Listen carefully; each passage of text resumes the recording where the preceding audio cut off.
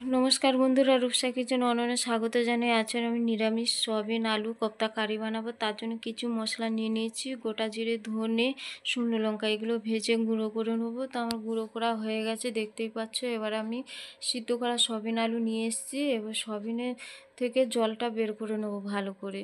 তো আমার সয়াবিনের সাথে আলু ভালো করে মাখিয়ে ওর মধ্যে 2-3 চামচ বেসন দিয়ে দেবো। তারপরে নুন, লঙ্কার গুঁড়ো, জিরে গুঁড়ো, হলুদ গুঁড়ো দিয়ে দেবো, দিয়ে ভালো করে মাখিয়ে নেবো। তারপরে ভাজা মশলা একটু দিয়ে দেবো, দিয়ে আর একটু ভালো করে মাখিয়ে তা আমার মাখানো হয়ে গেছে, দেখতে পাচ্ছ। এবারে গোল গোল করে করে নেবো। তো সবগুলো এরম করে করে নিয়েছি, দেখতেই পাচ্ছ। এবার আমি টমেটো, ধনেপাতা, আদা এগুলো কেটে নেবো। সব কাটা হয়ে গেছে। এবার আমি রান্নাঘরে গিয়ে কড়াতে তেল দিয়ে বড়াগুলো ভেজে নেবো। ভাজা হয়ে গেছে, তুলে নেবো। তুলে নিয়ে সেম এই বড়াগুলো সব ভেজে নেবো।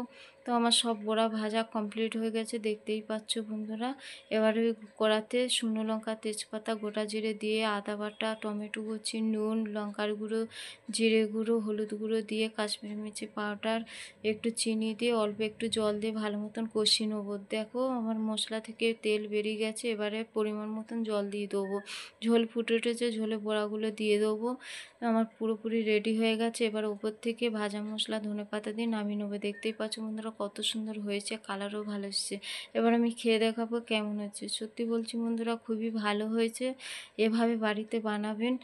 যদি আমার ভিডিওটা ভালো লেগে থাকে অবশ্যই লাইক, কমেন্ট, শেয়ার, সাবস্ক্রাইব করতে ভুলো না। দেখা হচ্ছে পরবর্তী ভিডিওতে। ততক্ষণের জন্য টাটা।